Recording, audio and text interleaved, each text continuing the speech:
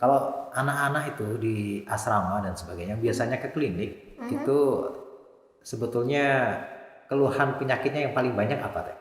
Kalau sekarang itu Kalau banyak begini memang indikasinya ada zat yang memang membahayakan ke ginjal anak gitu ya. Itu kalau eh, bikin resep obat pasti ada paracetamolnya dong. pasti. Pasti ada ya. Oke, kembali lagi kita di Bisik Bincang-Bincang Asik dan kali ini di studio kedatangan tamu yang sangat istimewa karena beliau ini sewaktu lagi rame-ramenya tentang paracetamol, beliau sering ya dimintai pendapatnya terkait hal tersebut. Alhamdulillah hadir Profesor Mukhtaridi, ahli farmasi dari Universitas Pajajaran. Assalamualaikum, Prof. Waalaikumsalam. Sehat ya, Prof ya. Dan Sehat, juga ada alhamdulillah. Teh Wina. Ini beliau adalah dari apoteker di Klinik Ashifa Medika. Nah, hari ini insya Allah kita akan bincang-bincang terkait hal tersebut ya. Juga bagaimana Klinik Ashifa menyikapi hal tersebut, apalagi dengan pelayanan kesehatan bagi seluruh murid atau seluruh santri yang ada. Oke, kita langsung diskusi dengan beliau. Prof, selamat pagi. Mudah-mudahan sehat selalu ya, Prof ya. Alhamdulillah. Ini kemarin ramai pemberitaan terkait Ya. kasus paracetamol Betul, ya, betul. yang terutama penggunaan sirup paracetamol yang paracetamol, itu ya. dilarang gitu ya, Ya. dan akhirnya ramai di media. Ya, betul. Sebetulnya ceritanya itu gimana tuh sampai muncul? Oke. Jadi ini kasus itu mulainya 1937 di Amerika ya. Dan Amerika melangganan keracunan zat ini gitu ya, yaitu ethylene glycol dan diethylene glycol. Jadi saya selalu bilang ke media bahwa jangan salahkan paracetamol ya, Oh, tapi salahkan apanya gitu kan. ya. Nah, jadi ini kasus yang di Gambia yang jadi rujukan Kementerian Kesehatan itu adalah eh, adanya zat kontaminan ya yang tidak boleh ada di makanan dan di obat. Yaitu kita kenal dengan ethylene glycol dan diethylene glycol. Sebetulnya ethylene glycol ini kita kenal sebagai bahan industri. Kalau Ikhwan Ukti tahu radiator ya? Ya. Nah itu adalah zat untuk pendingin radiator. Nah ethylene glycol itu. Nah tapi ethylene glycol dan diethylene glycol memang dipakai untuk bahan pelarut di industri. Nah, ethylene glycol ini memang turunan glikol ya. Ciri khas glikol itu punya gugus OH yang lebih dari 2 gitu. Oh, 1 atau lebih lah ya. ya. Nah, kenapa lalu ada di sirup paracetamol? Jadi gini, ethylene glycol itu merupakan monomer dari polimer polyethylene glycol. Polimer dari PEG ya namanya polyethylene glycol atau pelarut dari paracetamol seperti itu. Nah, ada juga gliserol. Nah, gliserol dengan diethylene glycol itu hampir mirip strukturnya. Bedanya kalau diethylene glycol dia ada gugus O di tengah ether gitu kan. Tapi kalau gliserol OH di tengah gitu. OH-nya ada 3 sehingga melindungi sifat toksisitasnya. Mengapa toksik ya? Jadi kalau ethylene glycol dulu ya, ethylene glycol dulu. Kalau dia masuk ke tubuh pokoknya kalau ada gugus OH ya, gugus fungsi OH, maaf bicara kimia ya, mudah-mudahan nanti ada gugus OH ya, yang all itu ada gugus OH. Nah, jadi kalau ada gugus OH masuk ke tubuh, pasti itu enzim dehidrogenase, oksidase gitu kan. Yang jelas bukan orang Mandarin ya, oksidase, dehidrogenase itu langsung dia mengoksidasi ya. Sehingga ethylene glycol akan dioksidasi menjadi glikol, jadi aldehid ya, gliseraldehid itu. Kemudian ya kalau sudah aldehid teroksidasi, si enzim ini nggak puas gitu, dioksidasi menjadi oksalat ya, asam oksalik ya, asam glikoksalatnya itu ujungnya sebetulnya. Nah dari glikoksalat ini dia akan mengalami karboksilasi. Karboksilasi itu ada gugus karboksil yaitu asam karboksilat, di mana jadi 2 gugus asam karboksilat kiri kanan. Nah, dia akan menjadi apa asam oksalat itu? Asam oksalat itu biasanya memang zat toksik dalam makanan, tapi kandungannya kecil. Oh. Jadi Iwan Ute, kalau Bapak Ibu ya, kalau misalnya potong bawang itu pedih, nah itulah asam oksalat gitu ya. Itu asam oksalat. Dan ada di makanan banyak itu, tapi ya kandungannya terbatas. Jadi hati-hati juga kalau yang suka makan bawang merah mentah, jangan terlalu banyak. Ya kadarnya itu maksimum 5 butir bawang merah. Ya jangan terlalu lebih, karena dia punya asam oksalat yang kemudian sama dalam tubuh. Jadi asam oksalat itu dalam tubuh dia sifatnya asam, sulit larut sehingga akan mengalami istilahnya asidosis ya. Asidosis itu adalah sifat asamnya akan membuat lingkungan asam di dalam tubuh sehingga cairan elektrolit itu terganggu gitu kan di dalam tubuh kita, sehingga kalsium, kalau muncul kalsium yang asalnya ada di cairan elektrolit itu, dia bereaksi dengan asam oksalat, membentuk kalsium oksalat yang kita kenal dengan kalkuli atau yang kita kenal dengan batu ginjal gitu. Nah, kalkuli ini di dalam ginjal ya, kalau sudah masuk ke tubulus ginjal, dia akan menutupi, bentuknya kristal-kristal kecil seperti jarum. Itu yang membuat sakit. Kebayang kalau ginjal anak masih kecil gitu, kena jarum-jarum kecil pasti luka. Ya, itulah yang disebut gagal ginjal akut. Sehingga si ginjal itu nggak berfungsi karena luka sel-selnya itu. Nah itu ya. Nah itu yang bahaya. Nah jadi oleh karena itu BPOM langsung memeriksanya gampang sebetulnya. Periksa test case dulu, sirup yang tidak pakai pelarut, gliserol, propilen glikol, polietilen glikol, sorbitol. Karena pelarut itu memang kontaminannya 2 itu tadi. Nah, jadi banyak pelarut yang tidak menggunakan. Ada yang menggunakan alkohol, misalnya elixir namanya. Ada yang menggunakan sukrosa, gitu kan? Itu juga sirup. Ada yang emulsi, yang menggunakan emulsifier seperti CMC atau apapun. Contohnya dry syrup ya, amoxicillin itu tidak menggunakan pelarut tadi, sehingga aman sebetulnya. Makanya BPOM mengeluarkan tuh 141 produk yang memang sudah bukan menggunakan pelarut propilen etilen glikol. Nah sekarang yang terbaru BPOM sudah mengeluarkan 73 yang memang positif kandungannya di atas 0,1%. Di dalam Farmakopeia Indonesia, kitabnya orang-orang apoteker itu memang cemaran etilen glikol, dietilen glikol tidak lebih dari 0,1%. Kita mending masih bagus, Amerika itu 0,2%. Bahkan Australia 0,25%. Nah itu makanya bingung, kenapa di Indonesia lebih ketat tapi masih keluar. Ya karena nakal perusahaannya gitu ya. Nah, di Gambia kasusnya itu si etilen glikolnya itu diganti dari yang pharmaceutical grade. Gliserolnya pelarut paracetamolnya itu gliserol dan propilen glikolnya diganti dari pharmaceutical grade ke teknis. Nah, teknis itu kan kandungannya sampai 20% gitu ya, si etilen glikol. Itulah yang terjadi, dan itu yang terjadi juga di Indonesia. Dan ada indikasi BPOM menemukan sampai 70%. Kalau 70% itu semuanya di etilen glikol gitu, seperti itu. Nah itu mungkin gaduhnya begitu. Padahal udah lama kejadian. Jadi waktu kejadian Panama 2006 saya sudah membuat komentar sebetulnya di salah satu media di kejadian Panama ini kejahatan orang gitu ya, bukan kejahatan obat loh. Kejahatan orang karena dia menggantikan si gliserol itu ya, gliserin dengan dietilen glikol. Itu kejahatan itu. Untuk kenapa? Karena kan mahal sebenarnya. Propilen gliserol itu memang mahal ya. Nah, kenapa kemarin terjadi di kasus Gambia? Karena sempat propilen glikol hilang. Hilang gitu kan. Jadi orang-orang jahatnya ya udahlah kita gunakan yang lebih sederhana. Jadi kasus yang di Panama itu kan perusahaan obatnya ada di Spanyol. Si bahan bakunya dari Cina gitu. Orang Cina ini yang jahat. Ini kasus yang di Indonesia tuh saling tuduh gitu ya.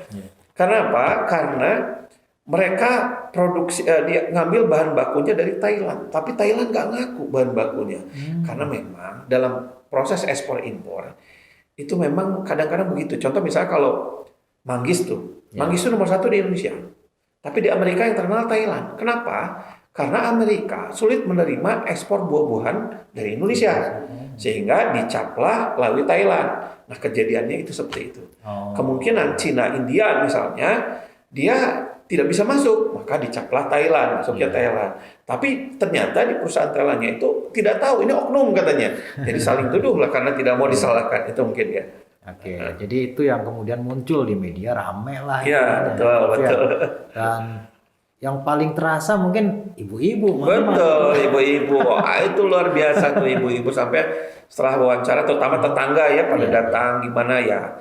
Terpaksa ilmu resep yang dulu ya dipakai lagi gitu. Sampai kemarin yang lucu itu di apotek saya, dokternya masih muda. Di kedokteran sekarang kan tidak belajar ilmu resep seperti yang zaman dulu. Sehingga ketika dia harus bikin pulveres atau apa namanya serbuk gitu ya, itu lupa si dokter. Gimana ngitungnya, sampai saya turun lagi, gini dok, saya turunin gitu ya. Terus dia pun nggak tahu bagaimana ngasih si pulveras atau serbuk itu atau powder ke bayi gitu kan. Zaman kita kan di zaman dulu mah dokter kalau kena bayi pasti kasih dipuyar ya, dipuyar. Kemudian ngasih makannya pasti hidungnya dipencet masuk gitu kan. Nah, saya praktekkan itu di apotek gitu ya. Akhirnya bisa. Oh, dokternya teriak-teriak, kasihan Bapak. Kasihan. Zaman saya dulu, dokter juga kata saya mungkin kecil begitu kasih makan gitu ya. Betul. Gitu. Nah, ini kan adanya di kasus tentang paracetamol sirup gitu ya, Prof ya. Dan paracetamol itu kan memang sampai sekarang menjadi obat yang sering diberikan untuk mereda nyeri atau mungkin apa sakit dan sebagainya. Gitu. Nah, terkait hal tersebut kan tentu orang tua dengan adanya informasi itu menjadi takut dan sebagainya. Akhirnya orang tua mencari alternatif atau solusi. Nah, menyikapi itu gimana Bapak? Jadi juga harus dikonfirmasi ya. Sebenarnya pelarut yang menggunakan gliserol, propilen glikol dan polietilen glikol itu bukan hanya paracetamol. Oh, jadi obat-obat flu yang antihistamin, promethazine, salbutamol, pseudoephedrine itu menggunakan itu. Jadi memang ya vitamin juga ada yang menggunakan itu ya. Jadi memang obat flu ya makanya orang tua wajar khawatir karena semua sirup obat flu, semua sirup bahkan kalau Kementerian Kesehatan dicabut. Nah, gimana menyikapi? Kalau saya gini, back to nature, kita kaya sebetulnya. Ya, pertama gini, kasusnya gimana dulu, ibu-ibu nih, anak-anaknya sakit. Kalau kasusnya riwayatnya ya, misalnya dia dari luar malam-malam gitu ya kan, atau begadang sehingga anaknya sakit. Nggak usah panik, tinggal kita ambil minyak letik kalau bahasa Sunda mah ya, atau PCO ya bahasa kerennya, minyak letik ya beli juga ada banyak itu, tapi jangan jelantah lah ya, minyak letik ya, terus kemudian bawang merah 2 butir digerus itu, digerus kasar ya, tambah asam kanji ya 2 biji, digerus aja. Digerus, dicampur, dioleskan di dadanya sampai diurut pelan gitu. Di dada sama di punggung. Ya, di punggung. Tapi bawang jangan terlalu banyak. Nanti merah gitu, iritasi. Gitu dibalur ya, dibalur ya. Jangan pakai bawang putih, pecin nanti jadi masakan ya. Dibalur di dadanya itu. Nah, itu kalau demamnya karena itu oke. Nah, kalau dia berlanjut demamnya kita bisa pakai obat bisa. Ya, kalau misalnya tetap berlanjut, sebetulnya ke dokter lebih aman. Tapi kalau berlanjut kan Bapak Ibu khawatir nih paracetamol. Saya ajarkan yang di rumah sebetulnya yang harus bikin apoteker. Tapi kalau memang Bapak Ibu mau bikin silahkan nih resepnya gini. Kan dosisnya buat bayi itu 100 sampai 125 mg dalam sirup. Nah, gimana caranya dosis jadi nggak boleh dipotong. Kalau paracetamol potong dibagi 100 mg bagi 5 ya nggak boleh. Ya karena beda ya, karena mungkin homogenitasnya beda di dalam tablet itu. Caranya gimana? Bapak Ibu punya 2 tablet, gerus ya. kalau punya apa namanya apa ya nggak apa-apa lah ya, murni aja gerus gitu, Oke. gerus. Nah nanti bagi 10, bagi rata sebisa mungkin, bagi 10. Nah itu sehari 3 kali. Satu kan berarti bagi 10 berarti dosis 100 miligram. Betul. Nah gimana cara makannya? Makannya ya masukin itu satu serbuk itu ya yang sudah dibagi, Oke. kemudian pakai air sedikit. Ya kalau pengen manis ya apa namanya kalau misalnya ada vitamin yang memang dibolehkan pakai vitamin yang dibolehkan, dicampur boleh itu. Ya atau misalnya Kalau pakai gula gitu, boleh air gula, ya boleh air gula. Kalau memang madu boleh, madu pakai madu juga boleh. Karena memang paracetamol itu termasuk zat aktif yang aman dalam OTT ya, obat tak tercampurkan. Oke, Gitu. Jadi boleh asal jangan pakai nutrisari itu masa baik nutrisari Pak ya, atau pakai kopi itu orang tua itu. Nah itu caranya. Gimana kalau dia flu gitu kan? Flu ya harus ke dokter. Memang kalau flu kan virus. Iya. Ya kalau flu virus memang harus ke dokter. Nanti dokter akan racik itu resepnya. Dan gimana kalau batuk? Saya sebetulnya kangen melayani resep puyer. Oh, kenapa, Biasanya dulu dokter itu kalau anak-anak pasti dikasih puyer batuk ya, Iya. kodein gitu kan. Jadi sekarang tuh kodein di apotek jarang karena dokter jarang pakai. Ya kalau dulu kodein digerus pakai paracetamol gitu, kadang-kadang ibuprofen gitu digerus, dibagi. Jadi makanya sekarang mortir stemper tuh udah jarang di apotek, hampir pensiun Pak. Nah, baru kemarin dia rame ya pakai semua, timbangan keluar lagi. Waduh. Nah itu yang memang luar biasa ada hikmahnya. Artinya ada hikmahnya bahwa ya kalau ukti bapak ibu kalau mau tanya obat ya harus ke apoteker. Memang tahunya. Yang sayang itu Kemenkes kan selalu memberikan pernyataan tapi tidak membawa apoteker gitu. Selalu dokter. Makanya diprotes di mana-mana itu karena memang selalu begitu sehingga memberikan pernyataan semua sirup nggak boleh. Itu yang memang ibu-ibu jadi panik gitu seluruh Indonesia ya paniknya udah gitu. Sampai ya ada yang tetangga saya sampai bolak-balik ya. Gimana caranya? Wah, terus chat ya dikasih dikasih pengertian. Yang jelas kalau memang bisa dengan herbal pakai herbal ya. Gitu seperti itu. Tapi bayi itu jangan dikasih tolak angin ya. Seperti itu. Itu mungkin ya jadi resep yang sederhana untuk kalau sekarang kan ada udah 73 ya, 73. Misalnya Punten kalau menyebutkan produk Sanbe itu memang aman gitu kan, produk-produk yang sirup obat tuh obat batuk, obat flu, tuh bisolvon juga aman. Sekarang sudah banyak, Pak. Tapi bagaimanapun kita kan sayang anak kita. Betul. Bapak Ibu jangan selalu panas sedikit paracetamol hantam gitu. Nah, itu sebenarnya seberapa aman itu sih, Prof? Kalau penggunaan paracetamol itu? Ya sebetulnya tidak amannya kalau sering ya. Karena gini, prinsip obat itu adalah racun dan yang membedakan hanya dosis. Jadi semua obat itu racun termasuk vitamin C. Kadang-kadang kan gini, ini masyarakat juga kurang paham ya. Baca Bapak Ibu belajar lah ya.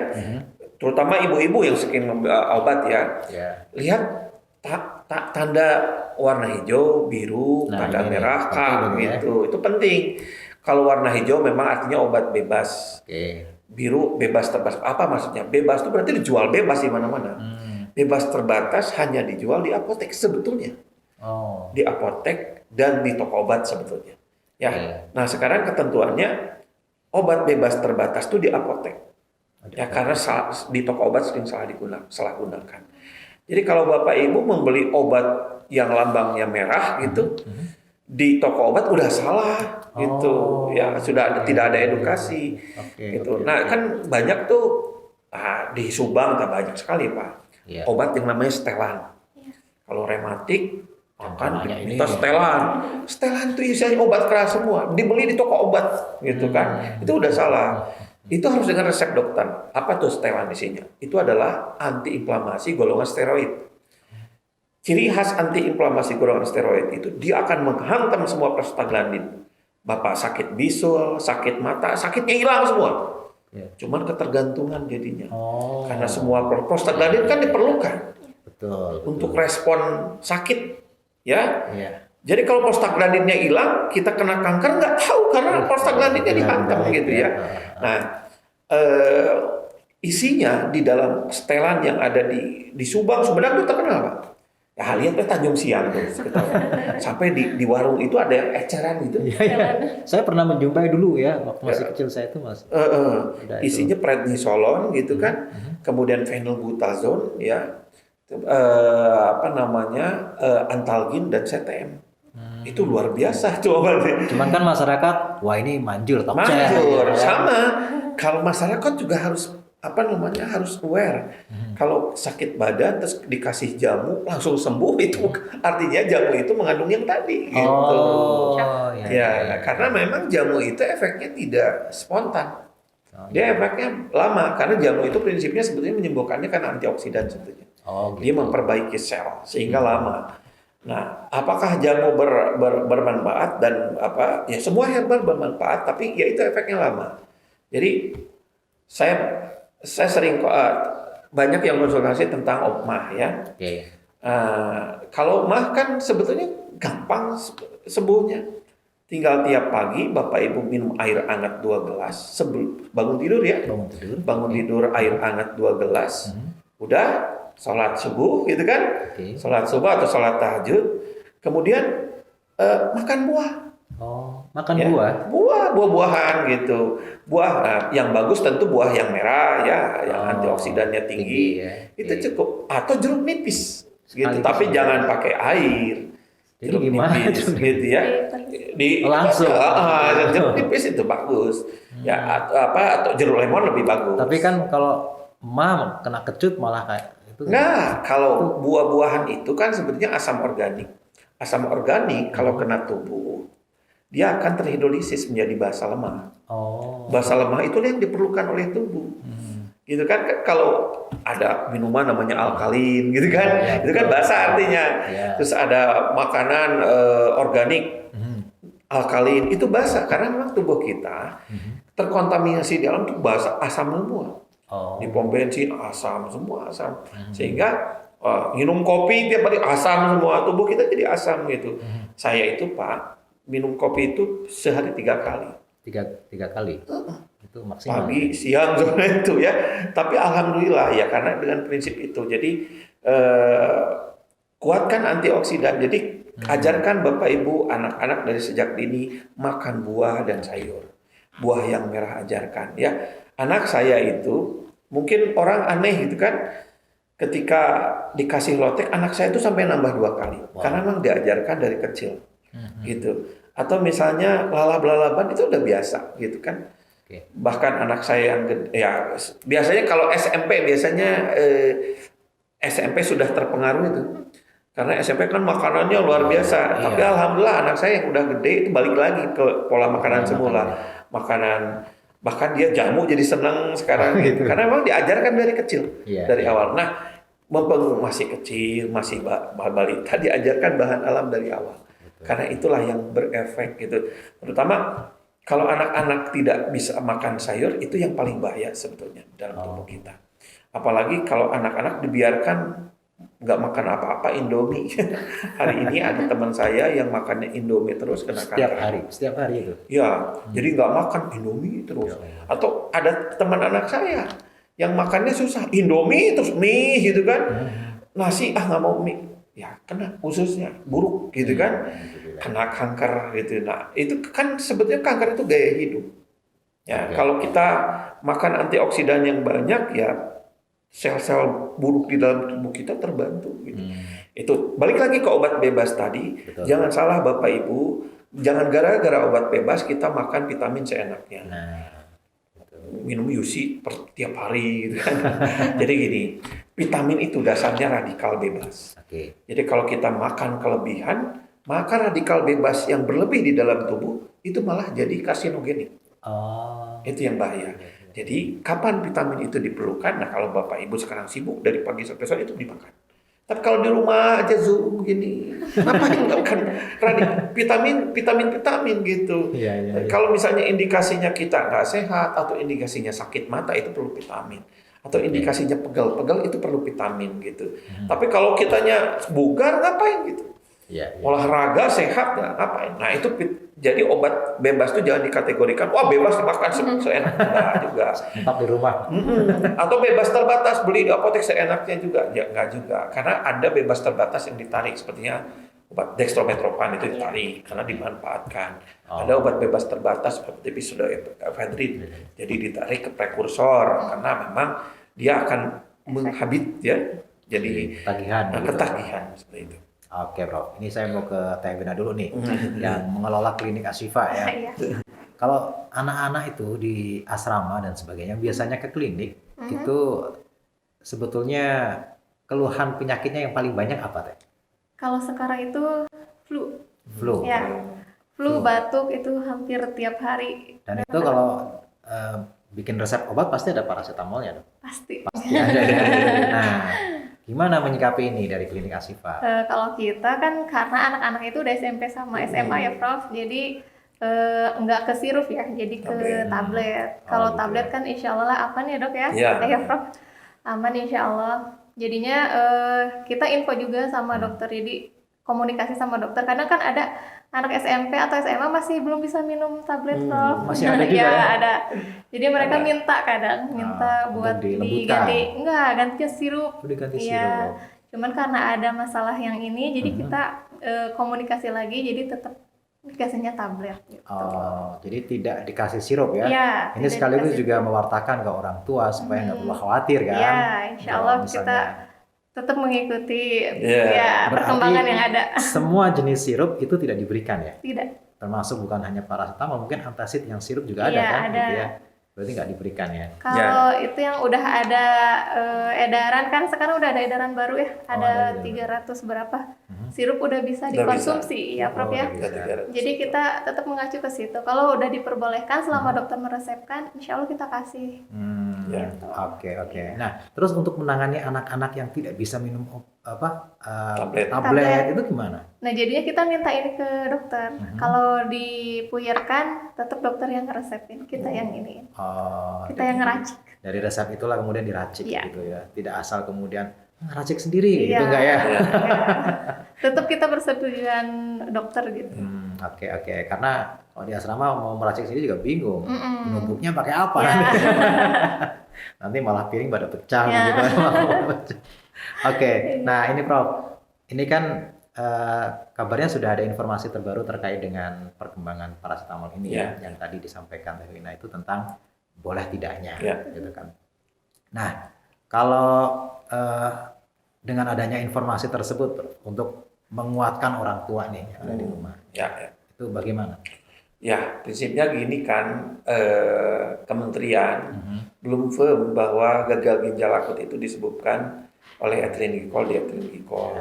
Meskipun sudah 73 obat terdaftar mengandung ethylene glycol, diethylene glycol lebih dari 0,1%. Ya, ya orang tua jangan khawatir sebetulnya dengan kasus ini, apalagi ada hikmahnya sebetulnya. Ada hikmahnya adalah kita jadi hati-hati sama obat, bukan obat bebas sembarangan, gitu kan. Dan percaya sama apoteker dan dokter, gitu. Apoteker di Indonesia itu paling nurut, ya paling nurut kalau di. Tapi juga kalau gajinya dikasih 750 mau, gitu kan. Menurutnya seperti itu ya. Cuman ya itu karena saking nurutnya itu sehingga dia apa istilahnya? Ke bos depan iya tapi di belakangnya enggak gitu kan. Artinya belakangnya enggak, digaji iya tapi dia pergi gitu. Nah, artinya apoteker sekarang sudah nggak bisa begitu ya, tekab isinya, tekan kabur ya itu ya. Harus ada. Jadi Bapak Ibu Standby. selama apotekernya ada di tempat, dokter juga ada, jangan khawatir ya karena memang apoteker itu tahu obat. Ya contoh misalnya kalau misalnya dia nggak bisa makan sirup, kan biasanya kalau anak yang nggak bisa makan tablet itu suka nempel kan di lidah. Iya. Makanya dengan racikan aman, karena apalagi paracetamol itu kan bisa dicampur madu dan lain-lain. Ya kecuali antibiotik ya, kalau antibiotik susah. Yang memang mengandung sulfur itu memang susah dengan campuran-campuran. Kalau paracetamol kan aman. Bisa pakai sakarin juga kalau ini Ustadz saya tuh ngeracik obat sejak SMP kelas 1. SMP. Bapak saya itu kepala puskesmas gitu. Saya saking bapak saya pengen. Jadi nama saya Muhtaridi itu ada sejarahnya. Apa itu, Prof? Nama saya waktu lahir namanya aslinya itu Ammar Mukhtar Ar-Rozali. Bapak saya Rozali. Nah, Umur 3 tahun gitu. Bapak saya ngelihat katanya saya pinter nih. Gitu kan. Akhirnya nama saya dirubah Muhtaridi. Ini itu juga Ikatan Dokter Indonesia. Jadi harapannya jadi dokter. Iya, Cuman iya. bapak saya salah asuh. Dimulai kelas 6 SD saya dibawa ke puskesmas sampai ke 3 SMP itu. Disimpan di depo obat. Ngeladangin obat aja. Akhirnya berubah intinya Ikatan Dukun Indonesia. Gitu. Nah, jadi bukan dokter lagi. Jadi saya sejak SMP itu sudah disuruh ngeracik sama bapak. Jadi bisa. Nah begitu kuliah, padahal saya bukan SMF, saya tahu tentang obat. Teman-teman nanya, kamu lulusan SMF? Oh bukan, SMA. Kok tahu? Tahu aja karena saya dari berapa tahun, hampir tiga tahun lebih saya disimpan di depo obat tiap hari Sabtu, Ustaz. Tiap hari Sabtu itu ngadain obat, dan suatu waktu yang menarik itu kan obat zaman dulu sakit perut kembung gitu ya, nggak bisa kentut itu dikasih natrium bikarbonat. Yang sekarang itu soda, itu ya namanya soda gitu kan. Itu obat sederhana, warnanya hijau, dikasih setiap 2 tablet gitu kayak obat mah. Set, langsung perut kentut. Wah, itu saya menarik sampai saya curi itu dipraktekkan. Ketika lomba renang. Lomba renang itu ada lomba pak gede-gede itu istilahnya ya. Saya makan itu gitu kan supaya gede kentutnya berhasil. Nah, dan seperti itu saya bilang kalau misalnya kembung gitu, kembungnya karena masuk angin, ya paling sederhana adalah makan soda, minum soda, jangan pakai susu ya, soda diminum aja. Karena coba airnya kenapa orang-orang Eropa jarang mah? Karena mereka minumannya itu soda kan. Alkali itu ya. Iya, soda alkali semuanya gitu kan orang Eropa. Jadi saya baru sadar ternyata minumannya mereka tuh soda. Itu soda tawar gitu ya. Sehingga sering bersendawa untuk mengeluarkan angin ya. Jadi makanya orang Eropa kok ada obat tolak angin gitu ya, keluar masuk mereka mah sudah minuman sehari-hari tolak angin gitu ya. Nah, Oke. itu ya. Nah, ini untuk antisipasi, Prof. Kalau kasus gagal ginjal akut untuk anak-anak di Indonesia itu besar nggak sih, Prof? Sampai sekarang besar ya, setelah diteliti sekarang sudah hampir 300 lebih ya Kasusnya ya. 140 terakhir 145 meninggal, tapi nggak tahu terakhir yang sekarang terbaru ya.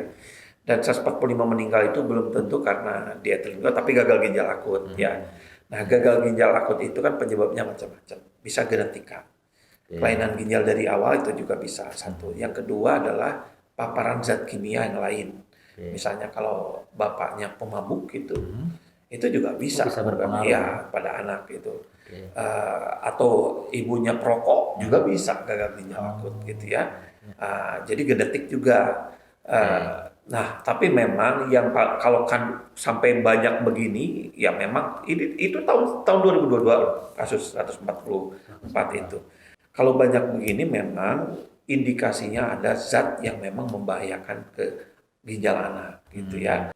Ya oleh karena itu makanya saya bilang Bapak Ibu utamakan lihat sakitnya apa, jangan sedikit-sedikit ke dokter. Memang khawatir. Anak pertama terutama khawatirnya luar biasa ya. Tapi kalau sudah punya anak kedua, bayi belajar dari anak pertama, manfaatkan resep nenek moyang gitu ya. Nah, saya anak kedua ini alhamdulillah olahragawan gitu kuat karena manfaatkan resep nenek moyang. Ya, sakit makanin aja yang banyak gitu. Ya, anak saya tuh sakit terus makan banyak, makannya tuntut telur di jus gitu. Sampai kan anak mah nggak tahu anak-anak kayak kucing ya, itu masa anak semain kucing nggak boleh ya. Yang jelas anak bayi itu nggak ngerti, nggak enak mah nggak makan aja gitu seperti itu. Iya. Jadi kembali lagi ke resep nenek moyang, jangan.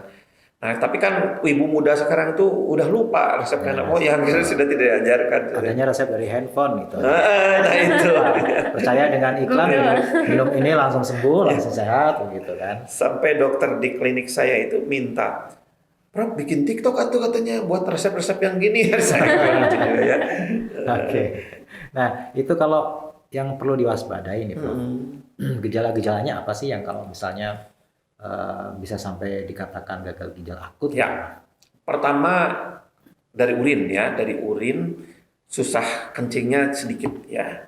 Kemudian konsentrasi tinggi ya, warnanya pekat gitu, itu satu. Yang kedua mual, sering mual. Si anak Ya kan? itu ya. Kenapa sering mual? Karena dia ginjalnya tidak berfungsi. Oke. Sehingga ketika ada zat asing masuk gitu, dia tidak menetralisir. Sehingga dia kenanya ke prostaglandin, masuknya ke lambung, terkeluarlah asam lambung keluar gitu ya. Makanya mual gitu. Kemudian ya pusing gitu, pusing. Gejalanya yang paling parah ya udah kelihatan mata merah seperti itu. Nah itu. Tapi gejala awal itu dari air kencing Air kencingnya sebetulnya, sedikit ya. ya. Jarang kencing gitu kan. Ya makanya Bapak Ibu kalau masih kecil pastikan anak itu sudah kencing belum. Itu memang harus itu seperti itu ya. Karena memang kalau anak mah nggak peduli. Iya betul. Apalagi kalau dia sudah asik main, kurang minum, begitu ya, Prof ya. Terus pastikan minum yang banyak itu air putih. Karena memang anak sekarang memang kurang air minum putih ya. Pengennya manis gitu kan. Jajan, apalagi ada yang teh manis 500-an, selalu begitu. Padahal itulah penyebab ginjal rusak sebetulnya. Ya kan? Jadi saran saya nih Bapak Ibu kalau sampai SD jangan sering bahkan janganlah kalau bisa minum. Ini bukan saya mematikan home industrinya orang, tapi kalau minum yang teh yang kemasan itu ya, es manis, minuman kemasan nah, gitu ya. kayak sama teh botol yang kemasan juga sama, itu kan ada pengawetnya. Ya nggak mungkin lah kalau pengawetnya warnanya tetap yang namanya teh, kalau tidak ada pengawetnya pasti warnanya jadi coklat bisa ya. Iya kan, kalau coba lihat teh warnanya tetap begitu berarti ada pengawetnya. Nah pengawetnya itu kan asam benzoat. Sama kasusnya kayak asam oksalat. Jadi kalau asam benzoat dia mengkristalnya lama ya. Jadi ada kasus ini teman juga ya, Cirebon gitu kan.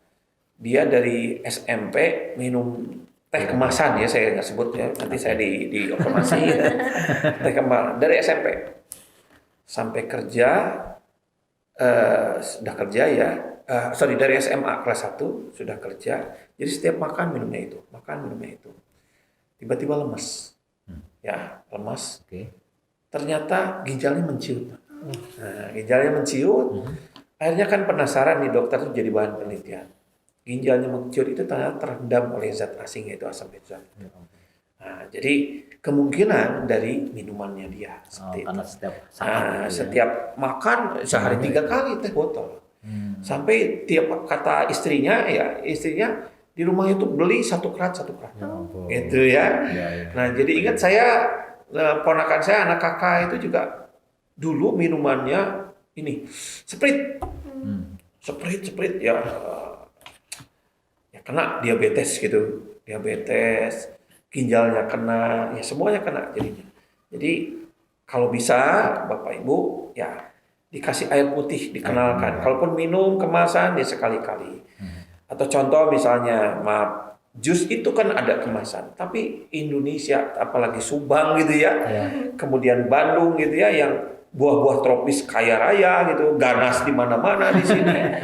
Mending bikin jus sendiri dibandingkan bikin jus kemasan. Logikanya gini, jus coba Bapak Ibu, bikin jus aja, simpen di kulkas. Warna jus merah jambu itu kan berubah menjadi coklat. Betul. Jus alpukat meskipun ditutup berubah juga jadi coklat. Tapi coba buka jus kemasan, buka itu udah berbulan-bulan tersimpan warnanya tetap. Betul, Itu artinya ada zat asing yang memang menjaga dia. Oh. Nah sebetulnya makan justru aman, tapi zat asingnya itu yang membuat. Oleh karena itu yang paling aman adalah bikin jus sendiri, Bapak Ibu. Jadi Oke.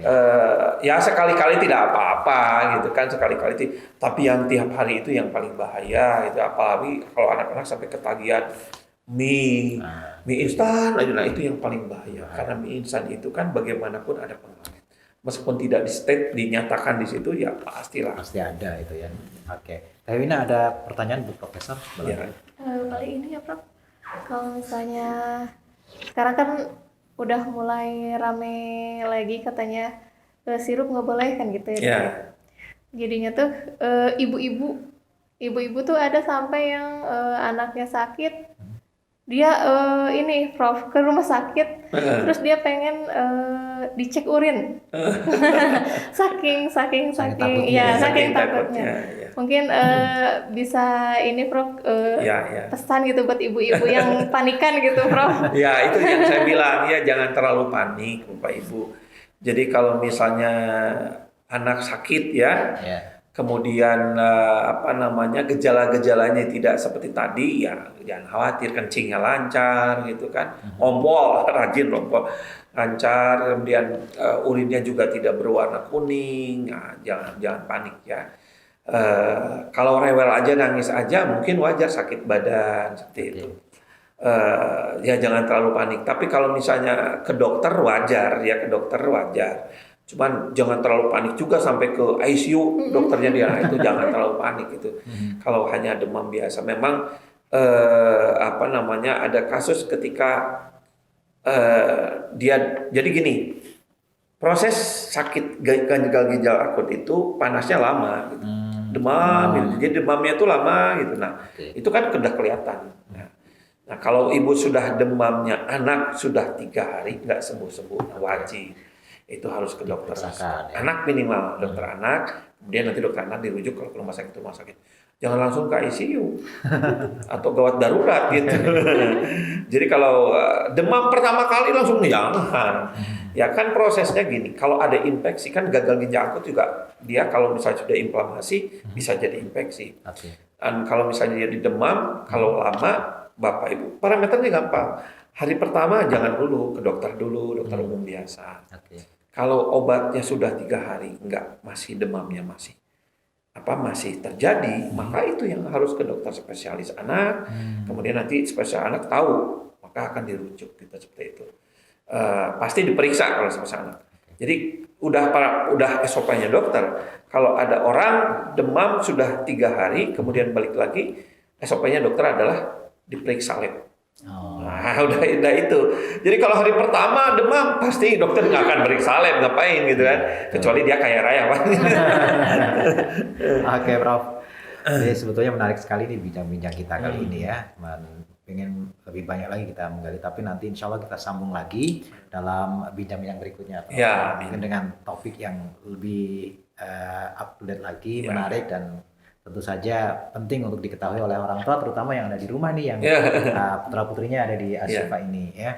Dan sekali lagi terima kasih Prof atas keluangan waktunya hadir di tempat ini. Mudah-mudahan banyak manfaat ya teman-teman sekalian, banyak inspirasi yang kita dapatkan hari ini. Dan Teh Wina juga terima kasih sudah hadir di tempat ini. Teman-teman sekalian, demikian bincang-bincang kita kali ini dalam Bisik Bincang-Bincang Asik bersama dengan Profesor Muhtaridi dan juga Teh Wina dari Klinik Ashifa Medica. Insya Allah ketemu lagi dalam Bisik Bincang-Bincang Asik berikutnya. Terima kasih. Subhanakallahumma wabihamdik. Asyhadu an la ilaha illa anta astaghfiruka wa atubu ilaik. Assalamualaikum warahmatullahi wabarakatuh.